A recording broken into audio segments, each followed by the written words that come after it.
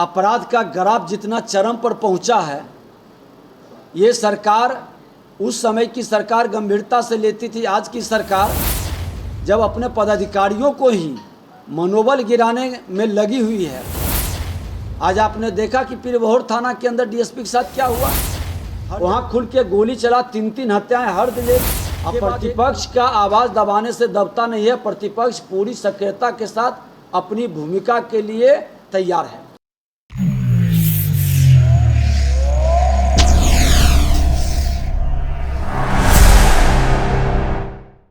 ने तैयार किया था और 15 अगस्त को ही देने की बात फाइनल हुई थी, जब हम अध्यक्ष थे और आप ही लोगों ने, मीडिया के लोगों ने निकाला था।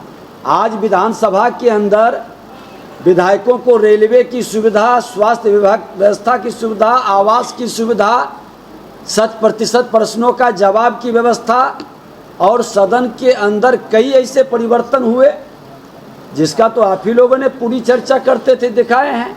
और अच्छी बात है कि समय पर नहीं दिए। चलिए 1.5 महीना के बाद ही विधायकों को, जो शेष विधायक बच गए हैं, करीब 40-45 विधायक के लगभग बचे हुए थे, या कुछ हो सकते हैं उससे कुछ ज़्यादा हो, इन लोगों को मिल जाए तो हम स्वागत करते हैं।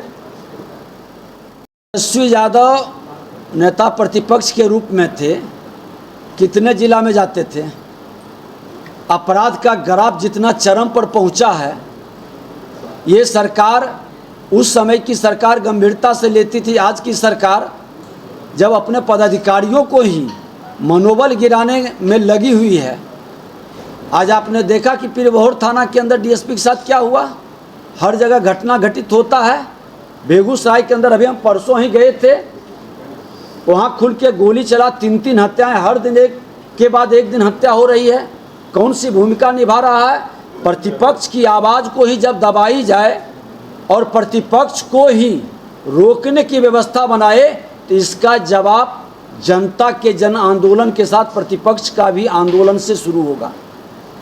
अब प्रतिपक्ष का आवाज़ दबाने से दबता नहीं है। प्रतिपक्ष पूरी सक्रियता के साथ अपनी भूमिका के लिए तैयार है। आप लोगों की आवाज़ को दबाई जा रही है क्या? मोकामा में ये देखने को मिलेगा पड़ेगी और दोनों जगह भारतीय जनता पार्टी सीट जीतने जा रहा है और उस सीट को जीतकर उस जनादेश से साफ संकेत जाएगा, साफ संदेश जाएगा। सर, महागठबंधन का नगर की चुनाव हो जाती तो जो नगर के जनप्रतिनिधि थे निकाय के, ये सब ईमानदारी से जनता के हित में सफाई करते, फॉगिंग करते, छिड़काव करते।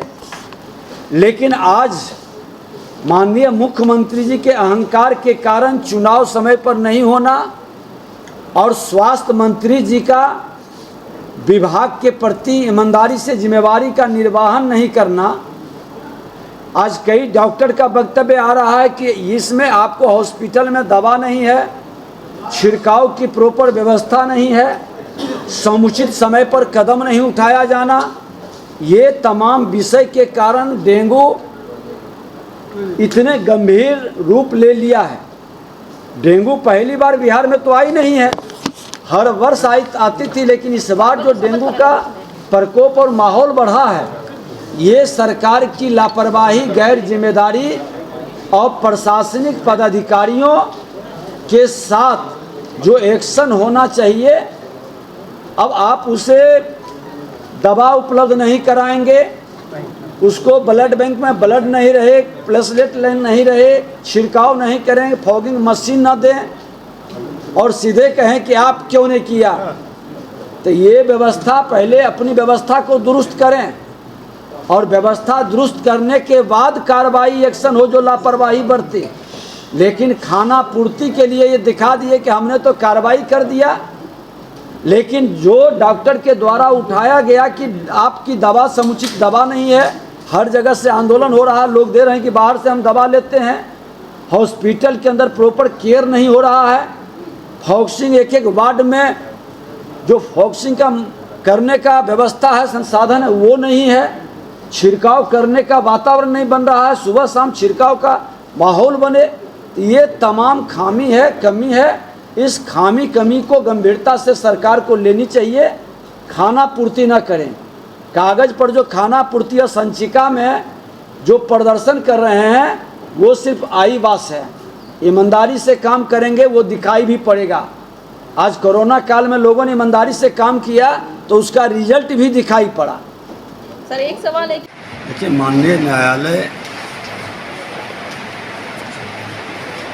अपना कार्य करते हैं, उसमें हम लोगों को कुछ कहना नहीं है, लेकिन जिन लोगों को संवैधानिक संस्थान पर विश्वास नहीं रहता है वैसे लोग को चेतावनी अगर जो माननीय न्यायालय के द्वारा दिया गया है तो उनको समझना चाहिए और संवैधानिक संस्था पर उंगली उठाना और उसको धमकाना और इस तरह के गैर जिम्मेदाराना बयान देना ये गलत है। इससे हमारी संवैधानिक संस्थानों के प्रति विश्वसनीयता घटती है और संवैधानिक पद पर बैठे लोग की भी विश्वसनीयता घटती है। न्यायालय का अपना कार्य है और उस कार्य में किसी का वक्तव्य या की ज़रूरत नहीं है, लेकिन इतना ज़रूर है कि संवैधानिक पद पर बैठे लोग संवैधानिक संस्था के प्रति निर्णय उनके अनुकूल हो या विपरीत हो प्रतिक्रिया नहीं देनी चाहिए, सम्मान करना चाहिए। आज दुखद और दुर्भाग्यपूर्ण है कि अगर जो माननीय न्यायालय के द्वारा निर्णय उनके पक्ष में नहीं आएगा तो उसमें बीजेपी को घसीटेंगे कि बीजेपी के इशारे पर ऐसा हुआ, और उनके अनुकूल आएगा तो फिर बीजेपी को कहेंगे कि ये लोग गलत फंसा रहे हैं। ये दोहरा चरित्र कहीं न कहीं उनके संवैधानिक पद पर बैठने का अहर्ता पर प्रश्न चिन्ह उठाता है और ये कतई नहीं होना चाहिए। संवैधानिक संस्था अपने कर्तव्य का ईमानदारी से जिम्मेवारी से निर्वाहन करता है और उनको निर्वाहन में हम सबको मदद करनी चाहिए और उस पर विश्वास रखनी चाहिए, सम्मान के साथ स्वीकारना चाहिए। और आज इसी की कमी के कारण कहीं न कहीं प्रशासनिक पदाधिकारियों का भी मनोबल गिरता है। नाकामयाबी या कहिए कि उनकी अपने कर्तव्य के प्रति जो जिम्मेवारी होती है उससे ज़्यादा पद के प्रति वफादारी का प्रदर्शन है। पद पर बने रहें, इसके लिए वो अपने स्वाभिमान और जिम्मेवारी को भूलकर किस तरह से आज समर्पण कर बैठते हैं। अभी तो आज एक और वीडियो है जो मधुबनी के एसपी के साथ बैठे हुए, वही जो फ़ोन करवाया है कौन, अगर अभिषेक अग्रवाल का, और ये वीडियो बड़े बड़े पदाधिकारी के निकट इनकी पहुंच रहती है। आपके एसएसपी आदित्य कुमार आज बिहार के अंदर माफियाओं का, अपराधियों का, प्रशासनिक पदाधिकारियों का एक गठजोड़ हो गया है और वो गठजोड़ को प्रत्यक्ष या अप्रत्यक्ष सरकार में बैठे लोगों का समर्थन मिल रहा है, जिससे थाना न्याय नहीं दे पाता है। जो पीड़ित लोग हैं वो निराश और हताश होकर के वो आज हम लोगों के पास शिकायत कर रहा है, आ रहा है। और सरकार में बैठे जो माननीय मंत्री हैं उनके संदर्भ में भी कई शिकायतें आती है। माननीय मुख्यमंत्री जी, आपके दरबार से लौटे लोग भी, उसको भी न्याय नहीं मिलता है। क्या यही जनता राज है जहां सभी सहमे और भयभीत हैं, न्याय की कहीं उम्मीद नज़र नहीं आती है। समय रहते आप न्याय में को फिर से सुशासन जो आप कहते हैं करनी कथनी कि न बचाते हैं न फंसाते हैं, न्याय के साथ विकास करते हैं, ये खोखला साबित हो रहा है। और नहीं करेंगे तो ये आक्रोश